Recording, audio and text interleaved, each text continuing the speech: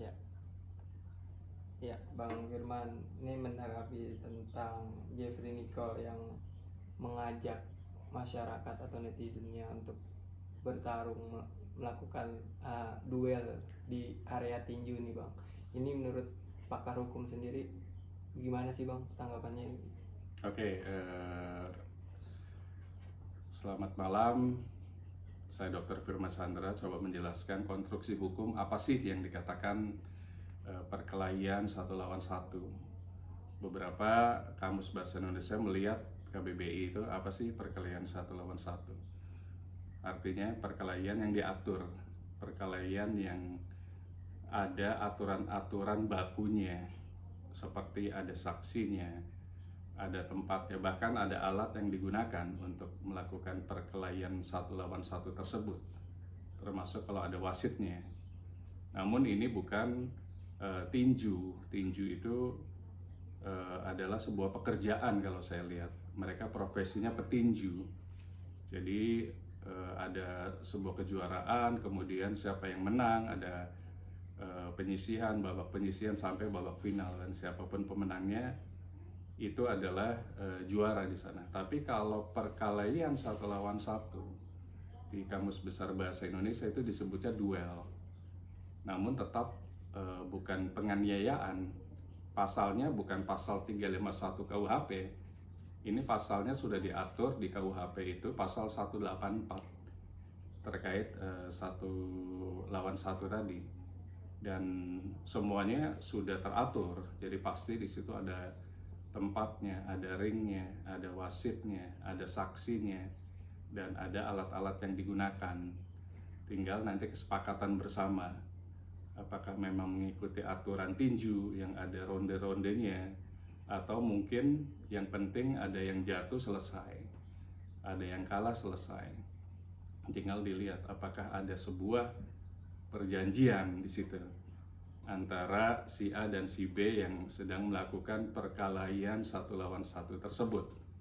Jadi konstruksi hukum yang pas memang di 184 KUHP. Jadi terkait dengan perkelahian satu lawan satu, bukan penganiayaan di pasal 351 KUHP. Jadi pasnya adalah 184 KUHP.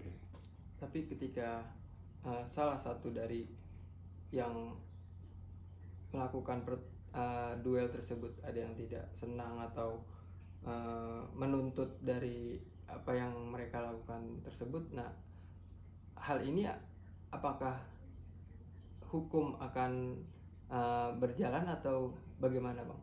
Sepanjang memang ini pasal 351 penganiayaan, pasal 184 perkelahian satu lawan satu, itu adalah delik aduan. Balik lagi, siapa yang merasa dirugikan, yang mengadukan. Karena ini pidana umum, berarti mengadukannya ke kepolisian, baik di tingkat Polres, Polda, ataupun Bareskrim. Namun saya tidak tahu apakah mereka sudah melakukan sebuah perjanjian sebelum dilakukan duel tadi. Kalau memang ada perjanjian, harus dibaca dulu nih klausulannya, pasal-pasalnya. Ada nggak pasal-pasal yang tidak boleh menuntut gitu lah. Tidak boleh menuntut secara perdata perbuatan melawan hukum, atau mungkin bikin laporan polisi tadi. Kalau itu ada, berarti tinggal dilihatkan nanti ke penyidik. Namun proses tetap berjalan, proses penyelidikan tetap berjalan gitu. Tinggal nanti apakah masuk di ayat 1 yang hanya 9 bulan, atau ayat 2 yang penganiayaan ringan 1 tahun 4 bulan, atau ayat 3 di pasal 184 KUHP itu 4 bulan. Tinggal dilihat. Tapi kalau saya lihat sih kelihatannya rapih mereka. Artinya ada sebuah perjanjian, ada sebuah perikatan antara yang duel tadi, A dan B. Tidak boleh saling menuntut. Tapi apakah boleh menuntut? Boleh-boleh saja sebenarnya. Tinggal nanti penyidiklah yang akan memutuskan apakah ini batal demi hukum karena ada perjanjian, atau dilanjutkan karena ada misalnya kekerasan yang fatal misalnya. Karena di 184 aja kan sebenarnya ada aturannya. Kalau berat bisa sampai 4 tahun, kalau ringan 1 tahun 4 bulan.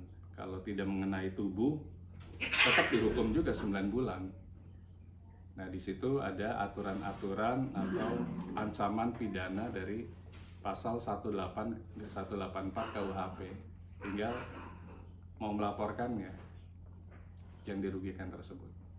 Nah, berarti yang dipakai untuk bisa melaporkan seorang atas duel ini itu dari 184 sendiri gitu Bang ya, pasal 184. Dan dari beberapa tingkat di 184 itu boleh dijelaskan mungkin detail atau sedikit mungkin Bang? Oke, di 184 itu yang pas sih, bukan penganiayaan. Jadi 184 itu di KUHP jelas, BW kita, Burgerlich Wetboek kita ada 4 ayat sebenarnya yang paling utama ya.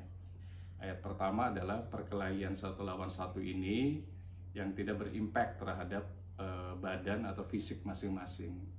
Namun tetap perkelahian itu tidak dibenarkan. Makanya ada ancaman hukumannya kan 9 bulan di ayat 1. Di ayat 2 tiba-tiba melukai tapi tidak berat. Artinya mungkin luka, mungkin tidak mengganggu pekerjaan, itu tetap kena juga 1 tahun 4 bulan. Tapi kalau sudah berat lukanya, artinya sudah mengganggu pekerjaannya, itu baru kena ancaman hukuman 4 tahun.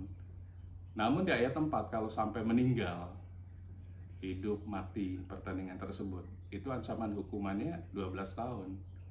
Beda dengan pembunuhan yang hukumannya 20 tahun. Artinya mereka memang di ayat atau di pasal 184 tersebut sudah diatur konstruksi hukumnya.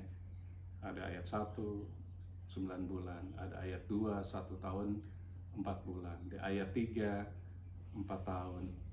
Di ayat yang hidup mati tadi, yang satu hidup, yang satu mati, itu 12 tahun.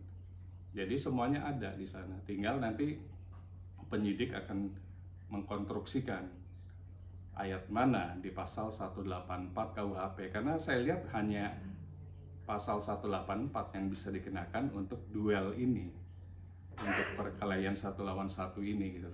Karena ini bukan penganiayaan, ini kan udah kesepakatan dengan mereka untuk melakukan duel 1 lawan 1 gitu. Makanya diatur kan, ada aturannya kan, ada wasit, ada saksi, ada alat yang mau dipakai.